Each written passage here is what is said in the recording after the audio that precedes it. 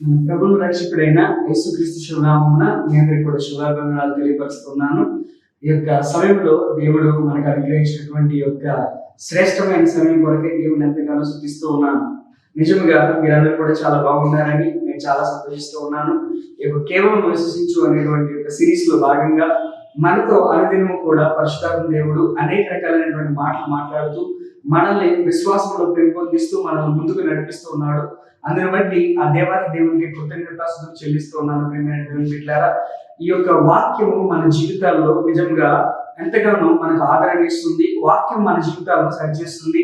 వాక్యం మన జీవితాలను కట్టి సరైనటువంటి మార్గంలో వెళ్ళే విధంగా చేస్తుంది. కాబట్టి వాక్యము వినడం వల్ల మనకు విశ్వాసం కలుగుతుందని మనము చాలా మార్లు నేర్చుకొని ఉన్నాము. అయినప్పటికీ కూడా మరలా పదే పదే మనం కృపావాక్యాన్ని ఎప్పుడైతే వింటామో ఆ కృపావాక్యము మన జీవితాలను అంతకంతగా ఆనందంగా మన జీవితాలను ఉంచుతుంది. ప్రియమైనటువంటి దేవుని బిడ్డలారా, నిజంగా మన జీవితాల్లో నెమ్మది కావాలన్నా, సమాధానం కావాలన్నా, ఏది కావాలన్నా అని అనుకుంటూ ఉన్నా సరే మనందరం కూడా తెలుసుకోవాల్సింది ఏంటి అంటే కేవలము కృపా సత్య సువార్తలు మాత్రమే వింటూ ఉండాలి. అనుదినము వినడం వలన అది మన యొక్క జీవితాన్ని మారుస్తుంది. ఎందుకంటే వాక్యమే యేసుక్రీస్తు అయినాడు కాబట్టి క్రీస్తు మన యొక్క జీవితాలను మారుస్తాడు అన్న సత్యాన్ని మనందరం కూడా తెలుసుకోవాలి.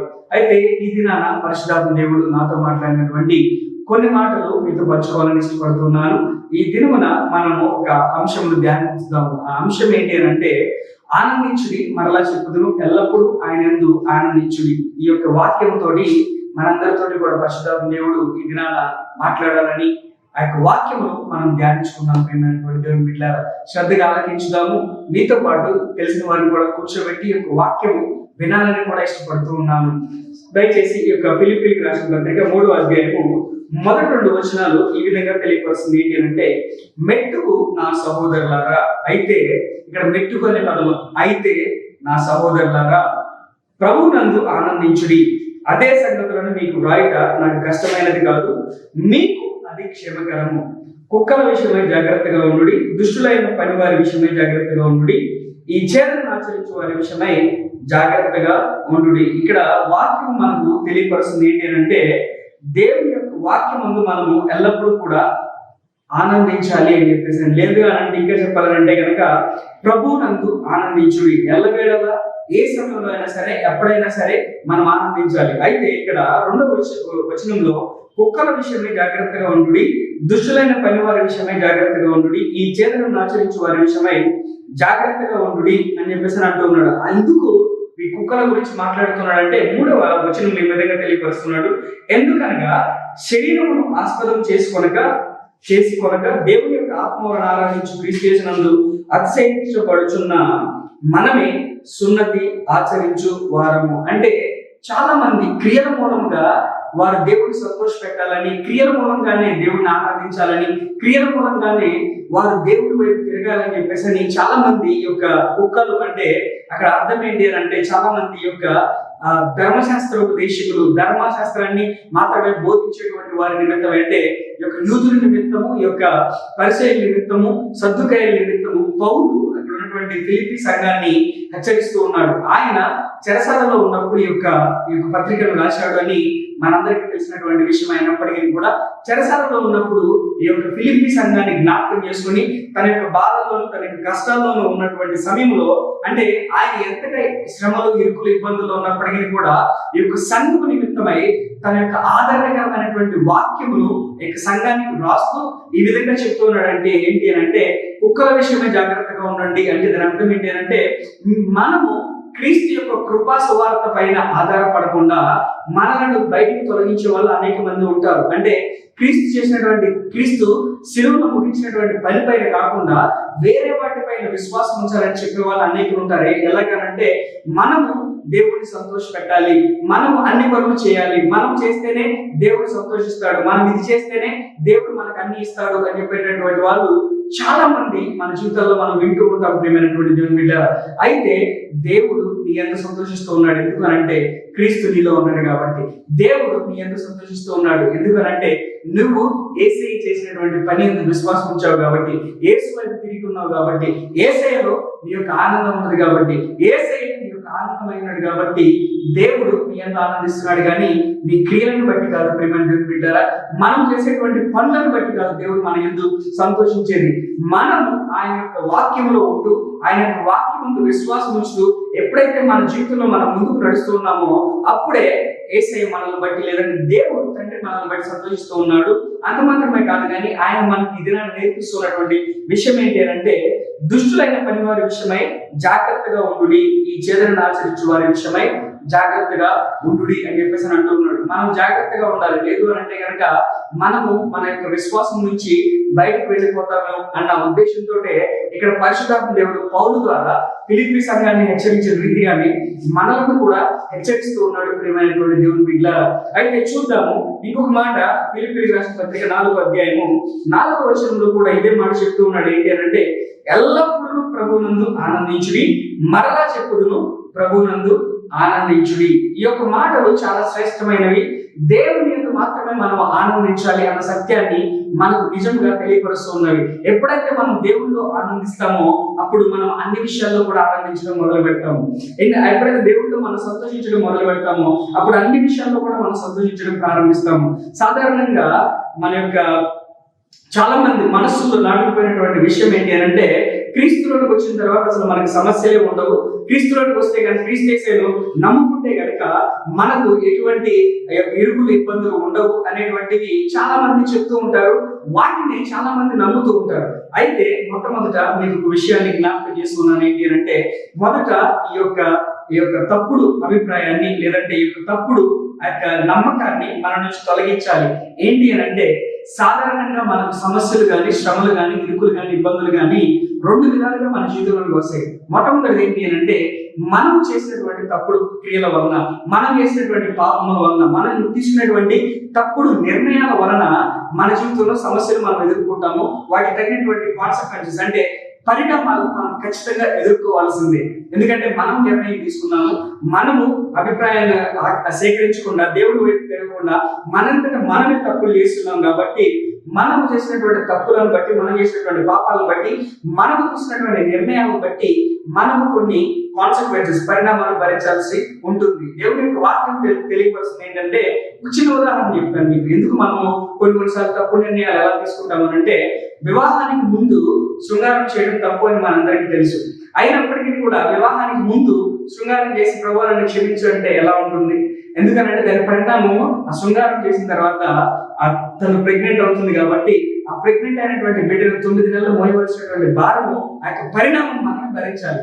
అందుకనే ఒక ఉదాహరణ ఏమి చెప్పానంటే, మనము తీసుకున్నటువంటి కొన్ని తప్పుడు నిర్ణయాల వల్ల కూడా మన జీవితంలో సమస్యలను మనము ఎదుర్కొంటాము, మన జీవితంలో పరిణామాలు మనము ఎదుర్కొంటాము.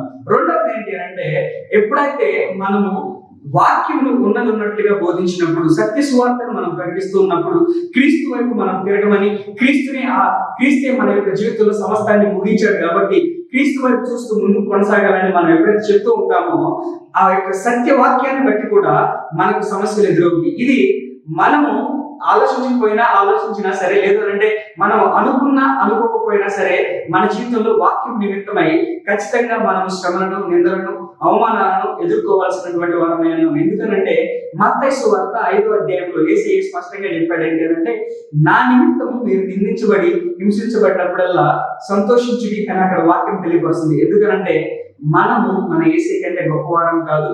ఆయన భూమి పైన ఉండి వేశారు, ఆయన హేళన చేశారు, ఆయన నిందించారు, ఆయన దూషించారు, ఆయనను సిలువ కొట్టారు. మనము ఆయన కంటే పెద్దవారం కాదు. ఎందుకనంటే మన బోధకుడు గొప్పవాడు కాబట్టి మనం ఆయన కంటే గొప్పవాళ్ళం కాదు. ఈ లోకంలో మనకు శ్రమలు, నిందలు, అవమానాలు, హింసలు ఇవన్నీ వచ్చినప్పుడు కూడా మనం ఏం చేయాలంటే దేవుని యందు సంతోషించాలి అంట. సో ఈ రెండు విషయాలు మనం జ్ఞాపకం చేసుకుందాం. దేవుని బిడ్డారా, ఇంకొంచెం లోతుగా నిజంగా దేవుడిలో మనం ఎలా ఆనందించాలి అనే సత్యాన్ని నేను కూడా తెలుసుకుని ఉండాలి అని ఇష్టపడుతున్నాను. ఇంకా కొన్ని మాటలు మనం చూస్తే కనుక రోమీయులకు రాసిన పత్రిక 5వ అధ్యాయంలో కూడా ఒక మాట, అక్కడ 2వ వచనంలో ఒక మాట రాయబడి ఉంది. రోమీయులకు రాసిన పత్రిక 5వ అధ్యాయంలో ఒక మాట చదివిస్తాను. ప్రియమైన దేవుని బిడ్డారా, మరియు ఆయన ద్వారా విశ్వాసం వలన ఈ కృపయందు ప్రవేశించగల వారమై అందులో నిలిచి దేవుని మహిమను గుర్చిన నిరీక్షణను బట్టి అతిశయ పడుచున్నాము. ఈ యొక్క అతిశయపడుచున్నాము అన్న లేదంటే ఆనందిస్తూ ఉన్నాము అన్న ఈ రెండు అర్థాలు ఒకటే కాబట్టి ప్రియమైనటువంటి దేవుని బిడ్డలారా, దేవుని మహిమను కూర్చున్నటువంటి నిరీక్షణను బట్టి మనం ఆనందించాలి. ఎందుకు అనంటే ఆయన ద్వారా మనం విశ్వాసం వలన ఈ కృపయందు ప్రవేశం గలవారమై అందులో నిలిచి ఉన్నాం. మనమందరం కూడా యేసయ్య ద్వారానే ఈ కృపలో మనం నిలిచి ఉన్నాము. యేసయ్య కృపాశక్తి సంపూర్ణుడు కాబట్టి, యేసయ్య కృప కాబట్టి ఆయన మనల్ని హత్తుకుని ఉన్నాడు, ఆయన మనతో ఉన్నాడు, ఆయన విశ్వాసం ద్వారా మనల్ని కృపలో చేర్చున్నాడు. అందుకనే పౌలు ఎఫెసీయులకు రాసిన 2వ అధ్యాయంలో ఈ మాట అంటూ ఉన్నాడు ఏంటంటే, మనము విశ్వాసం ద్వారా కృపను బట్టి రక్షించబడి ఉన్నాం. మన క్రియను బట్టి మనం రక్షించబడలేదు, కానీ కేవలము యేసుక్రీస్తు విశ్వాసం నుంచి మనం కృప ద్వారా రక్షించబడ్డాం. కాబట్టి ఈ యొక్క సత్యాన్ని మనం తెలుసుకుని ఉండాలని ఇష్టపడుతున్నాను. అంత మాత్రమే కాదు, ఆయన యందు ఎల్లప్పుడూ కూడా మనం ఆనందించే వారిగా ఉండాలి. మనం ఎదుర్కొన్నటువంటి ఈ యొక్క సమస్యను బట్టి కావచ్చు, లేదంటే ఈ యొక్క లోకంలో మనం ఉంటూ ఉన్నాం కాబట్టి మనకు కొన్ని రకాలైనటువంటి సమస్యలు ఖచ్చితంగా మనకు ఎదురవుతాయి. ఈ లోకంలో ఉన్నంత వరకు, లేదంటే ఈ యొక్క శరీరంలో మనం ఉన్నంత వరకు కూడా మనము సమస్యలు ఎదుర్కోవాలి, శ్రమలు ఎదుర్కోవాలి, ఇబ్బందులు ఎదుర్కోవాలి. ఈ దినాల్లో జరుగుతున్నటువంటి ఈ యొక్క పాండమిక్ సిచ్యువేషన్ ఏదైతే ఉన్నదో, ఏదైతే మనల్ని భయపెడుతున్నదో, కృపదీయాలని ప్రయత్నిస్తున్నదో, ఇటువంటి అన్నిటిలో నుంచి కూడా దేవుడు ఏం చేశాడనంటే మనలను విడిపించేవాడై ఉన్నాడు. ఆయనే మనకు ఈ యొక్క స్వస్థత అయి ఉన్నాడు. ఆయనే మనల్ని తిరిగి ఆనందింపచేయవాడై ఉన్నాడు. అందుకని మనం ఈ సత్యాన్ని తెలుసుకోవాలని ఇష్టపడుతున్నాను. మొదట మనం చేసినటువంటి తప్పులను బట్టి మనము శ్రమలు, నిందలు, అవమానాలు ఎదుర్కొంటాము, మనం తీసుకున్నటువంటి తప్పు నిర్ణయాలను బట్టి కూడా. రెండవది, మనము సత్య సువార్తను ప్రకటిస్తూ ఉన్నప్పుడు మనము నిందించబడతాము, హింసించబడతాము, దూషించబడతాము. సో వీటిల్లో ఇటువంటి ఇరుకులు, ఇబ్బందులు ఖచ్చితంగా ఉంటాయి. అందుకని మనము క్రైస్తవం అయితే ఏ విధమైనటువంటి నిందలు ఉండవు, సో ఈ యొక్క సమస్యలు ఉండవు అని చాలా మంది చెప్తూ ఉంటారు. కానీ క్రీస్తులో మనం ఉన్నప్పుడు ఖచ్చితంగా ఈ యొక్క శ్రమను ఎదుర్కొనే విధంగా, ఈ యొక్క సమస్యలను జయించే వారిగా యేసే మనం చేస్తాడు. కాబట్టి మనము సమస్యలను జయించే వారిగా ఉన్నాము అన్న సత్యాన్ని మనందరం కూడా అంగీకరించాలని ఇష్టపడుతూ ఉన్నాను. ప్రియమైనటువంటి మూడవది ఏంటి అంటే, మనం ఈ లోకంలో ఉన్నాము, ఈ యొక్క శరీరంలో ఉన్నాము కాబట్టి కొన్ని రకాలైనటువంటి పరిణామాలను మనం ఎదుర్కోవాలి. ఈ యొక్క లోకము యేసేను దూషిస్తుంది, ఈ యొక్క లోకము యేసేను ఇష్టపడటం లేదు. కాబట్టి మనము కొన్నిసార్లు ఇటువంటి సమస్యలు ఎదుర్కోవాల్సి ఉంటుంది. సో కాబట్టి దయచేసి దీనిని మనము జ్ఞాపకం చేసుకుందాము. అందుకనే ఈ యొక్క జకర్యా గ్రంథము 10వ అధ్యాయంలో జకర్యా ఈ విధంగా తెలియపరుస్తున్నాడు. ఏంటి అంటే, ఒక మాట చూద్దాం ప్రియమైనటువంటి దేవుని బిడ్డలారా. ఇక్కడ సత్యవాక్యము మనలను ముందుకు నడిపిస్తున్నది కాబట్టి సత్యం వైపు మనం చూస్తూ అనుదినము కూడా ముందుకు కొనసాగుతాం. ఈ యొక్క జకర్యా గ్రంథము 10వ అధ్యాయము 2వ వచనంలో ఒక చిన్న మాట ఈ విధంగా తెలియపరుస్తుంది మనకి. ఏంటి అంటే, గృహదేవతలు వ్యర్థమైన వాటి మాటలు కలిగి, సోదరులకు నిరర్థకమైన దర్శనములు కలిగినవి, మోసంతో కళలకు భావం చెప్పి, మాయల భావములు చెప్పి ఓదార్చరి. కాబట్టి గొర్రెల మంద తిరుగులాడినట్లు జనులు తిరుగులాడి, కాపరి లేక బాధలుంది. ఇక్కడ చాలా మంది చాలా రకాలుగా మనుషులు మోసం చేస్తున్నారు. ఎందుకనంటే, గొర్రెల మంద తిరుగులాడినట్టు జనులు తిరుగులాడి, కాపరి లేక బాధలుంది. ఇక్కడ కాపరి అని అంటే ఇంకొక అర్థం కూడా బోధకుడు అని దానికి అర్థం. నిజమైనటువంటి బోధకుడు లేక చాలా మంది తప్పిపోయారు. సో ఈ లోకమంతా కూడా ఈ యొక్క వ్యర్థమైన వాటిని అనుసరించి, ఈ యొక్క ప్రతి విధమైనటువంటి ఈ యొక్క వాటి నుంచి కూడా, అంటే ఇక్కడ రాయబడింది ఏంటంటే, సోది గంటకు, వ్యర్థమైన మాటలకు, దర్శనాలకు, ఈ యొక్క మోసమైనటువంటి కళలతో మాయగల మాటలు చెప్పి వారందరినీ కూడా మనుషుల్ని ఈ రోజు ఓదార్చుతూ ఉన్నారు. కానీ సత్యం ఏంటి అంటే, ప్రియమైన దేవుని బిడ్డలారా, నిజమైనటువంటి సంతోషము, నిజమైనటువంటి ఆనందము క్రీస్తులోనే ఉన్నదన్న సత్యాన్ని తెలుసుకోవడానికి వారు అటు ఇటు తిరుగుతూ ఉన్నారు. నిజంగా వారు ఎక్కడికి వెళ్ళినటువంటి నిజమైన సంతోషం, సమాధానము, నెమ్మది లేకుండానే ఈ లోకంలో జీవిస్తున్నారు. కాబట్టి వారు అలా తిరుగులాడుతూ ఉన్నారు, కాపరి లేక బాధ పొందుతూ ఉన్నారు అని ఇక్కడ జకర్యా గ్రంథంలో మనకు తెలిసి పరిచిన రీతిగా ఈ లోకంలో జనులందరూ కూడా ఇక్కడ హోషేయ గ్రంథము 4వ అధ్యాయము 6వ వచనము తెలియజేసిన రీతిగా, నా జనులు జ్ఞానం లేక నశించుచున్నారు అన్నట్లుగా నిజంగానే చాలా మంది జ్ఞానం లేక నశిస్తూ ఉన్నారు. కానీ నిజమైనటువంటి జ్ఞానము క్రీస్తు యేసయ్య ఉన్నాడు. క్రీస్తే దేవుని యొక్క జ్ఞానమై ఉన్నాడు. ఇప్పుడు ఆయన మనలో ఉన్నాడు. ఆయన జ్ఞానాన్ని నీకు నాకు కూడా అనుగ్రహించి ఉన్నాడు. ఈ లోకంలో చాలా మంది ఈ యొక్క నిజమైనటువంటి సంతోషము, ఆనందము లేక బాధపడుతూ ఉన్నారు. నిజంగా కొంతమంది అయితే కనుక ఇంకా జ్ఞానం లేక నశించిపోతూ ఉన్నారు. కాపర్ లేక బాధ పొందారంటే అర్థం ఏంటంటే, చాలా మంది అంటూ ఉంటారు, నేను ఏసేలోకి వచ్చిన తర్వాత కూడా నాకెందుకు ఈ సమస్యలు ఉన్నాయి, నేను ఏసేలోకి వచ్చిన తర్వాత కూడా నాకెందుకు ఈ యొక్క పరిస్థితులు కూడా నేను వెళ్ళవలసి వస్తుంది, ఏసేలో ఉన్నా కూడా సరే ఎందుకు ఇటువంటి కరువు పరిస్థితులు, ఇటువంటి ఈ యొక్క వ్యాధులు ఇవన్నీ వచ్చి ఉన్నవి అని చెప్పేసి చాలా మంది అంటూ ఉంటారు. ప్రియమైనటువంటి దేవుని బిడ్డలారా, కానీ మనం జ్ఞానం లేని వారు కాదు, మనకు సత్యవాక్యం తెలియపరుస్తుంది. ఇప్పటి వరకు మనం నేర్చుకున్నాం కదా, ఈ యొక్క తప్పుడు నమ్మకాన్ని మన నుంచి తొలగించుకోవాలి. ఏంటి అంటే, క్రైస్తవుడు అయినంత మాత్రం నీకు సమస్యలు రావాలి అక్కడ ఉద్దేశం కాదు, కానీ ఆ సమస్యల నుంచి జయించేటువంటి ఆ యొక్క జ్ఞానాన్ని యేసయ్య మనకు అనుగ్రహిస్తాడు. వాటిని జయించే విధంగా నిన్ను నన్ను కూడా దేవుడు వాడుకుంటాడు. హల్లెలూయా. ఇక సత్యాన్ని తెలుసుకుందాం ప్రియమైన దేవుని బిడ్డలారా. ఇంకొంచెం లోతుగా ముందుకు వెళ్దాము. ఇక రోమీయులకు రాసిన పత్రిక 5వ అధ్యాయము 1 నుంచి 5 వచనాల్లో ఇక్కడ ఉన్నటువంటి కొన్ని సత్యాలను పరిశుద్ధాత్మ దేవుడు ఈ దినాన మనందరికీ కూడా జ్ఞాపకం చేయాలని ఇష్టపడుతున్నాడు. మొట్టమొదటి చూద్దాము. కాబట్టి విశ్వాస మూలమున మనం నీతిమంతులుగా తీర్చబడి మన ప్రభు అయిన యేసుక్రీస్తు ద్వారా దేవునితో సమాధానము కలిగి ఉందుము అని అక్కడ రాయబడి ఉంది. ఇంకా దానికి ఒక అర్థము 1 అనేటువంటి పాఠాంతరం అనేటువంటి కిందలో కలిగి ఉన్నాము అని కూడా రాయబడింది. కలిగి ఉందుము కాదు, కలిగి ఉన్నాము. దేవునితో ఇప్పుడు మనము యేసుక్రీస్తు ద్వారా విశ్వాసం మూలంగా నీతిమంతులుగా తీర్చబడి దేవునితో మనము సమాధానాన్ని కలిగి ఉన్నాము అన్న సత్యాన్ని మనం తెలుసుకోవాలి. రెండవది, ఆయన ద్వారా మన విశ్వాసం వారి కృపయందు ప్రవేశం కలవరమై అందులో నిలిచి దేవుని మహిమను కూర్చున్న నిరీక్షణ బట్టి ఆనందిస్తూ ఉన్నాము. మూడవది, అంతేకాదు శ్రమ ఓర్పును, ఓర్పు పరీక్షను, పరీక్ష నిరీక్షణను కలుగజేయని ఎరిగి శ్రమల యందును అతిశయపడుచు ఉన్నాము. శ్రమల యందును మనం ఆనందించే వారిగా ఉన్నాము. అంత మాత్రమే కాదు, కానీ ఎందుకనగా ఈ నిరీక్షణ మనలను సిగ్గుపరచదు. ఆ నిరీక్షణే యేసుక్రీస్తు అయి ఉన్నాడు. ఆ యేసుక్రీస్తు మనల్ని సిగ్గుపరచడం బిడ్డైనటువంటి దేవుని బిడ్డలారా, ఇంకా మనకు అనుగ్రహింపబడిన పరిశుద్ధాత్మ ద్వారా దేవుని ప్రేమ మన యొక్క హృదయంలో కుమ్మరించబడి ఉన్నది. ఇప్పుడు దేవుని యొక్క ప్రేమ మనలో ఉన్నది కాబట్టి మనము పరిశుద్ధాత్మని ద్వారా ఈ యొక్క శ్రమలనైనా జయించగలము. శ్రమ ఓర్పును, ఓర్పు పరీక్షను, పరీక్ష నిరీక్షణను కలగేస్తుంది. ఆ నిరీక్షణ మనల్ని ఎన్నడూ కూడా సిగ్గుపరచదు. ఎందుకంటే క్రీస్తు మనల్ని ఎన్నడూ కూడా సిగ్గుపరచడానికి సత్యాన్ని మనందరూ కూడా తెలుసుకోవాలని ఇష్టపడుతున్నాను. ఒక ఉదాహరణ మీతో పంచుకోవాలని ఇష్టపడుతున్నాను ప్రియమైన దేవుని బిడ్డలారా.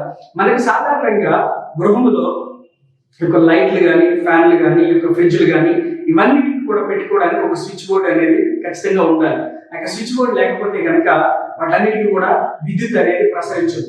కాబట్టి విద్యుత్ ప్రసరించాలి అంటే కనుక ఆ యొక్క రైట్ ప్లగ్ లో మనం ఎప్పుడైతే పెడతామో ఆ యొక్క విద్యుత్ ప్రసరించేటువంటి ఆ యొక్క ప్లగ్ లో ఎప్పుడైతే ఆ యొక్క స్విచ్ లో మనం వేసి పెడతామో అప్పుడే ఆ యొక్క విద్యుత్ దాని ద్వారా ప్రసరించి అవన్నీ కూడా పనిచేయడం ప్రారంభిస్తాయి.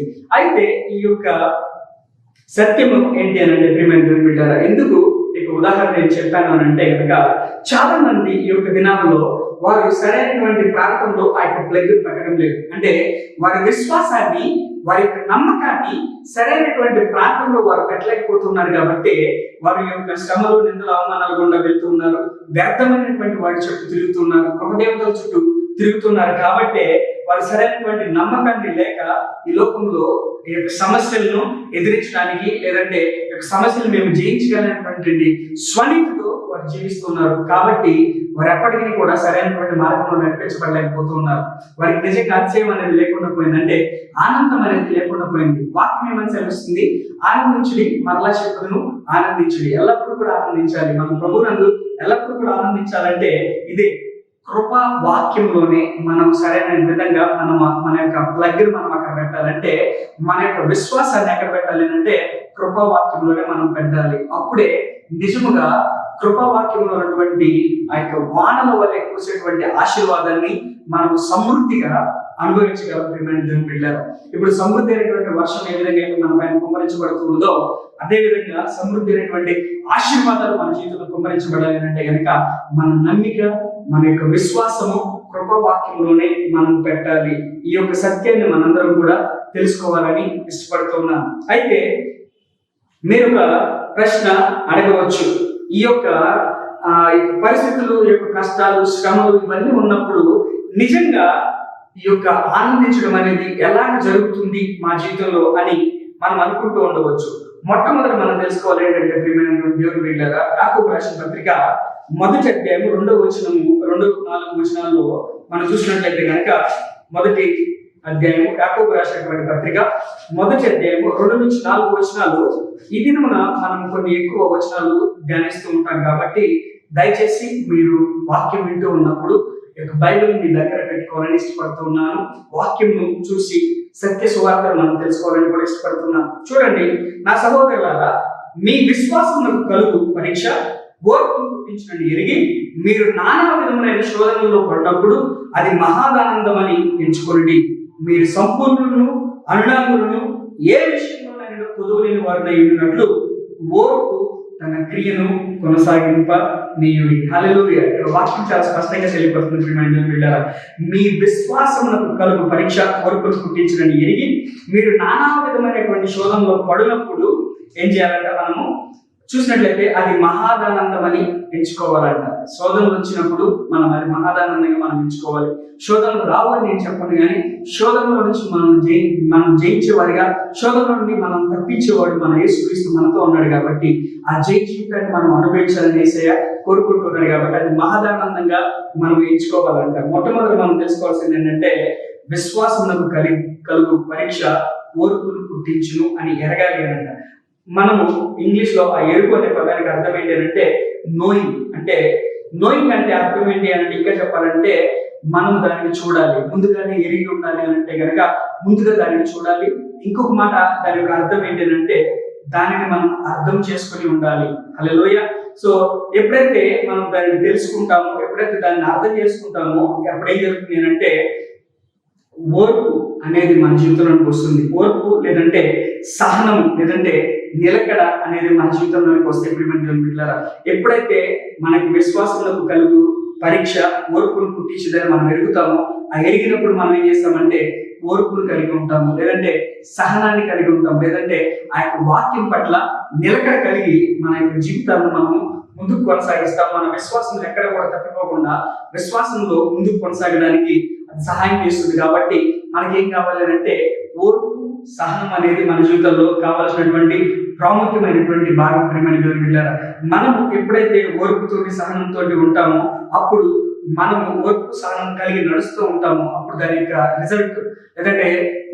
రిజల్ట్ ఏమొస్తుంది అంటే, మనం క్రీస్తు యేసులో ఎక్కడ కూడా పక్కకు తగ్గకుండా విశ్వాసంలో ముందుకు నడవడానికి కారణం అవుతుంది. ఎటువంటి సమస్యలు వచ్చినా, ఎటువంటి ఇరుకులు వచ్చినా, ఎటువంటి ఇబ్బందులు వచ్చినా సరే మన జీవితంలో ఓర్పు సహనాన్ని బట్టి మనం ఏం చేస్తూ ఉంటామంటే క్రీస్తు యొక్క వాక్యం వైపుకి ముందుకు వెళ్తూ ఉంటాము. మన అడుగులు అటువైపుగా నడిపించి మనల్ని ఏం చేస్తాయంటే సంపూర్ణమైనటువంటి విశ్వాసంలోనికి, స్థిరమైనటువంటి విశ్వాసంలోనికి నిన్ను నన్ను కూడా నడిపిస్తే అన్న సత్యాన్ని మనందరం కూడా తెలుసుకోవాలి.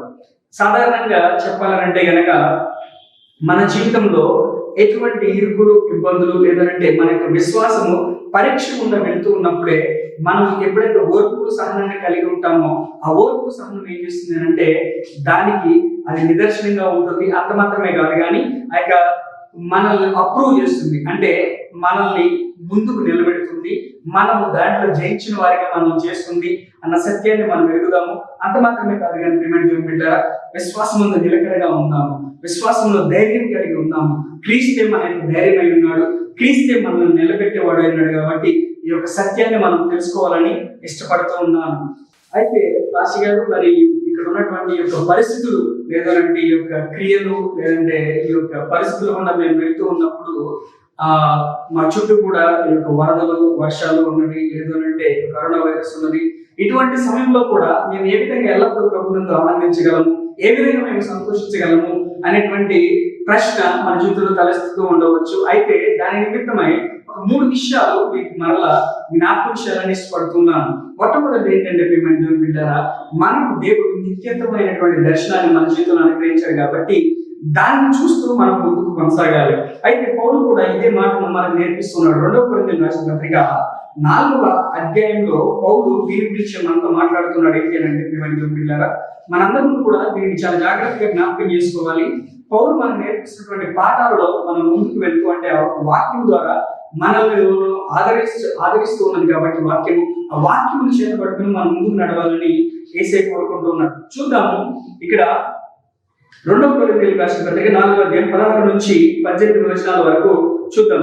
కావున మేము అధైర్యపడము, మా బాహ్య పురుషుడు కృషించుచున్నాను, అంతర్య పురుషుడు దినదినము నూతన పరచబడుచున్నాడు. మేము దృశ్యమైన వాటిని చూడక అదృశ్యమైన వాటిని నిదానించుచున్నాము కనుక క్షణం మాత్రము మా చులకని శ్రమ మా కొరకు అంతకంతకు ఎక్కువగా నిత్యమైన మహిమ భారమును కలుగజేయుచున్నది. ఏలైనగా దృశ్యమైనవి అనిత్యములు, అదృశ్యమైనవి నిత్యములు అని ఇక్కడ వాక్యం మనకు స్పష్టంగా తెలియపరుస్తుంది. కాబట్టి ప్రియమైనటువంటి దేవుని బిడ్డలారా, మనము చేయవలసింది ఏంటంటే మనము ముందున్న వాటిని చూడాలి, వెనుకున్న వాటిని మరచి ముందున్న వాటి వరకు ముందుకు కొనసాగాలి. ఎందుకంటే మనకు దేవుడు నిత్యత్వమైనటువంటి కలిగినటువంటి దర్శనములు మన జీవితంలో అనుగ్రహించాడు. కాబట్టి మొట్టమొదట దానిని మనం చూడాలి, వెనుకున్న వాటిని మరచి ముందున్న వాటిని మనం చూడాలి. అంత మాత్రమే కాదు, కానీ ఇక్కడ వాక్యం చాలా స్పష్టంగా తెలియపరుస్తుంది, మేము దృశ్యమైన వాటిని చూడక అదృశ్యమైన వాటిని నిదానించి చూస్తున్నాము అన్న వాక్యం మనము మర్చిపోకూడదు. మనం అదృశ్యమైనవే నిత్యములు ప్రియమైన దేవుని బిడ్డలారా, నిత్యముగా ఉన్నవే మన జీవితంలో మనల్ని ముందుకు నడిపిస్తున్నాం. కాబట్టి మనం దాని వైపు చూస్తూ ముందుకు కొనసాగాలని ఇష్టపడుతూ ఉన్నాను. రెండవది, దేవుడు మన జీవితంలో ఆ యొక్క గొప్ప ప్రణాళికను కలిగి ఉన్నాడు. కాబట్టి మనమందరము కూడా పైన వాటిని వెతకాలి, పైన వాటి వైపే చూడాలి. మన జీవితంలో మనకు పైన వాటిని వెతికే విధంగా ఈ యొక్క రెండవ మాట పరిశుద్ధాత్మ దేవుడు మనకు జ్ఞాపకం చేస్తున్నాడు. ఏ విధంగా నేను సంతోషించగలను అని చెప్పేసి నువ్వు అనుకుంటూ ఉన్నావేమో. ఈ యొక్క వైరస్లు కానీ, ఇవన్నీ శ్రమలు కానీ, ఈ యొక్క వర్షాలు కానీ, ఇవన్నీ వరదలు కానీ, ఇవన్నీ మనం చుట్టుముట్టినప్పటికీ కూడా నేను ఏ విధంగా సంతోషంగా ఉండగలను నువ్వు అనుకుంటూ ఉన్నావేమో. అయితే మనకు పైన వాటిని వెతకమని యేసయ్య మరలా మనకు జ్ఞాపకం చేస్తున్నాడు. అందుకనే కొలస్సీయులకు రాసిన పత్రిక 3వ అధ్యాయము 1వ వచనంలో పౌలు విధంగా తెలియపరుస్తున్నాడు ఏంటంటే, మీరు క్రీస్తుతో కూడా లేకపోయిన వారైతే పైన వాటిని వెతుకుడి, అక్కడ క్రీస్తు దేవుని కుడిపార్శ్వన కూర్చుండి ఉన్నాడు. అంత మాత్రమే కాదు, కానీ మత్తయి సువార్త 6వ అధ్యాయం 32 నుంచి 33 వచనాల్లో మనం చూసుకున్నట్లయితే గనక, మొదట ఆయన రాజ్యమును నీతిని వెతకుడి, అప్పుడు మీకు అవన్నీ అనుగ్రహించబడును అని పరలోక తండ్రి మనకు జ్ఞాపకం చేస్తున్నాడు. కాబట్టి మనం వెతకవలసింది ఏంటి అంటే దేవుని యొక్క రాజ్యాన్ని, దేవుని యొక్క రాజ్యాన్ని, దేవుని యొక్క రాజ్యము మనం నిర్మించే వారిగా దేవుడు మనల్ని పిలిచినాడు. కాబట్టి ఆయన యొక్క రాజ్యాన్ని వెతుకుదాం, పైన వాటిని వెతుకుదాం. ఎందుకంటే క్రీస్తు కుడిపార్శ్వన కూర్చొని పెట్టబడి ఉన్నాడు, ఆయనతో కూడా ఇక్కడ మనల్ని అక్కడ కూర్చొని పెట్టి ఉన్నాడు. కాబట్టి నిత్యత్వం వైపు మనం చూద్దాం ప్రియమైన దేవుని బిడ్డలారా. ఆకాశం వైపు మనం చూస్తూ పరలోకంలో మన తండ్రి మన కొరకు ఎదురు చూస్తున్నాడు అన్న సత్యాన్ని ఎరిగి మనం ఈ లోకం వారం కాము, మనం ఈ లోకంలో కేవలం యాత్రికులు మాత్రమే అన్న సత్యాన్ని ఎరిగి మన జీవితంలో ముందుకు కొనసాగాలని పరిశుద్ధాత్మ దేవుడు మరలా మనకు జ్ఞాపకం చేస్తున్నాడు. అంత మాత్రమే కాదు, కానీ ప్రియమైన దేవుని బిడ్డలారా, ఈ యొక్క కొలస్సీయులకు రాసిన పత్రిక 3వ అధ్యాయం 2వ వచనం ఈ విధంగా సెలవిస్తూ ఉన్నది, పైన వాటి మీదనే గాని భూ సంబంధమైన వాటి మీద మనస్సు పెట్టుకొనబడి, ఏలయనగా మీరు మృతి పొందుకుని మీ జీవం క్రీస్తుతో కూడా దాచబడి ఉన్నది. ఇక్కడ మనం చేయాల్సింది ఏంటి అని అంటే, మనము మన యొక్క మనస్సును పెట్టుకోవాలి ప్రియమైన దేవుని బిడ్డలారా. ఎవరిపైన? యేసయ్య పైన మన యొక్క మనస్సును ఉంచాలి, పైన వాటిపైన మన యొక్క మనసు ఉంచాలి. కాబట్టి వాటిని మన యొక్క మనసులో ధ్యానించాలి, దేవుని యొక్క వాక్యాన్ని మనం ధ్యానించాలి, దేవుని యొక్క మాటలు మనం ధ్యానించాలి. ఎప్పుడైతే వాటిని ధ్యానిస్తూ ఉంటామో సత్యంతో మన యొక్క నడుము అనేటువంటి దట్టిని మనం పట్టుకుని మనం ముందుకు కొనసాగించబడతాము.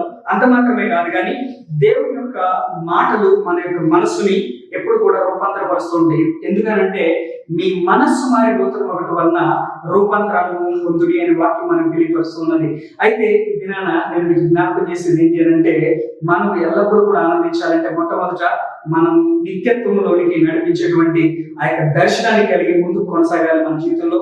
రెండవదిగా మనం ఇప్పటివరకు చెప్పుకుని ఉన్నాం ఏంటి అంటే, పైన వాటిని మనం వెతకాలి. మూడవది, పైన వాటిని మనం మనసులో ఉంచుకోవాలి. ఏంటంటే పైన వాటిని మనం ధ్యానించాలి. దేవుని యొక్క మాటల చేత మన యొక్క మనసును రూపాంతరపరచుకోవడం మాత్రం కాదు, కానీ దేవుని యొక్క మాటల ఆనందం కూడా అభ్యాసం చేయాలి. దేవుని యొక్క మాటలు మన యొక్క మనస్సులో రూపాంతరపరుచుకుంటూ వాటిని ఎక్సర్సైజ్ చేస్తూ ముందుకు కొనసాగాలి.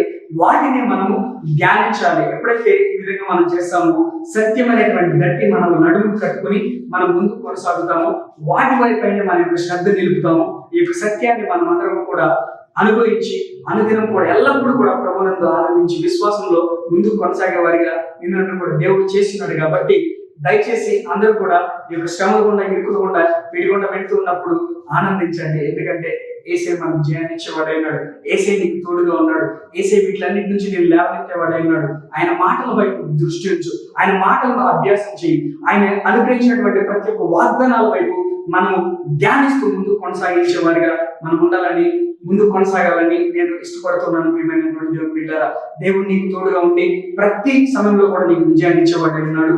ఆయనే మనలను నడిపించేవాడై ఉన్నాడు. ఆయనే మనకు నిత్యమైనటువంటి ఆనందాన్ని కలగజేసేవాడైనాడు. కాబట్టి ఆయన వైపు చూస్తూ విశ్వాసంలో ముందుకు కొనసాగుదాం. ప్రియమైనటువంటి దేవుని బిడ్డలారా, అందరూ కూడా తెరలు ఉంచుదాము, కళ్ళు మూసుకుందాం, చిన్న ప్రార్థన చేద్దాం. ఇప్పటి వరకు మీరు ఎవరైనా సరే యేసయ్యను మీ సొంత రక్షకుడిగా అంగీకరించకపోతే ఇదే మిక్కిలి అనుకూల సమయం. ప్రియమైన దేవుని బిడ్డలారా, యేసయ్య వైపు చూడండి. దేవుడు మీ యొక్క ప్రతి సమస్యలో విజయాన్ని ఇచ్చేవాడైనాడు. ఎందుకంటే ఆయన నీకు తోడుగా నడిపించేవాడైనాడు. కాబట్టి కేవలం నువ్వు చేయవలసిందల్లా, యేసయ్య నీవు ప్రభువు అని అరుడుతో ఒప్పుకుంటున్నాను, నీవే దేవుడు అని, నీవు మృతుల్లో నుంచి తిరిగి లేచావని నేను నా హృదయం ముందు విశ్వసిస్తూ ఉన్నాను అని ఒక మాట చెప్తే చాలు. ప్రియమైన దేవుని బిడ్డలారా, ఆ సమయం అందే ఆయన యొక్క ఆత్మ నీలోనికి వస్తుంది, నీ హృదయంలోనికి వస్తుంది. నీకు సంపూర్ణమైనటువంటి నెమ్మది, సమాధానం కలుగుతుంది. అంత మాత్రమే కాదు, కానీ నీకు తోడుగా యేసయ్య ఉండి నిన్ను అన్ని వేళలా కాచి కాపాడతాడు. హల్లెలూయా. ఈ యొక్క ప్రార్థన చేసినటువంటి వారందరూ కూడా యేసుక్రీస్తు నామములో మీ అందరూ కూడా రక్షణ అనుగ్రహించబడి, మీ యొక్క ఆత్మీయ మనోనేత్రాలు తెరవబడి అనేకుల వరకు వాడబడుతుంది కాక. ఆమేన్. ఈ యొక్క వాక్యం అనేటువంటి మనమందరం కూడా విశ్వాసంలో అనుదినము కూడా ఆనందిస్తూ, ఈ యొక్క వాక్యమందు అంటే క్రీస్తునందు మనం ఎల్లవేళలా ఆనందించే వారిగా దేవుడు మనందరి జీవితాలను కట్టి, అయ్యా తండ్రి వింటున్నటువంటి యొక్క వాక్యము వారి జీవితాల్లో ఫలించి, అయ్యా తండ్రి వినడం వల్ల విశ్వాసం కలుగుతుందన్నావు. కాబట్టి వారి జీవితాల్లో విశ్వాసం అంతకంటే వృద్ధి నొందినట్లుగా ప్రార్థన చేస్తూ, సమస్త మహిమ, ఘనత, ప్రభావాలు నీకు ఆరోపిస్తూ యేసుక్రీస్తు పరిశుద్ధ నామములో తండ్రి నాన్న ఈ యొక్క చిన్న ప్రార్థన అడిగి పెట్టుకొచ్చున్నాము. అంత మాత్రమే కాదు, కానీ ప్రభా వాక్యంలో ఉన్నటువంటి సమస్త ఆశీర్వాదాలు, తండ్రి యొక్క వాక్యం ద్వారా తండ్రి మీలో ఉన్నటువంటి సమస్తమైనటువంటి ఆనందాన్ని ఈ బిడ్డలు అందరూ కూడా అనుభవించుదురు గాక. ఆమేన్.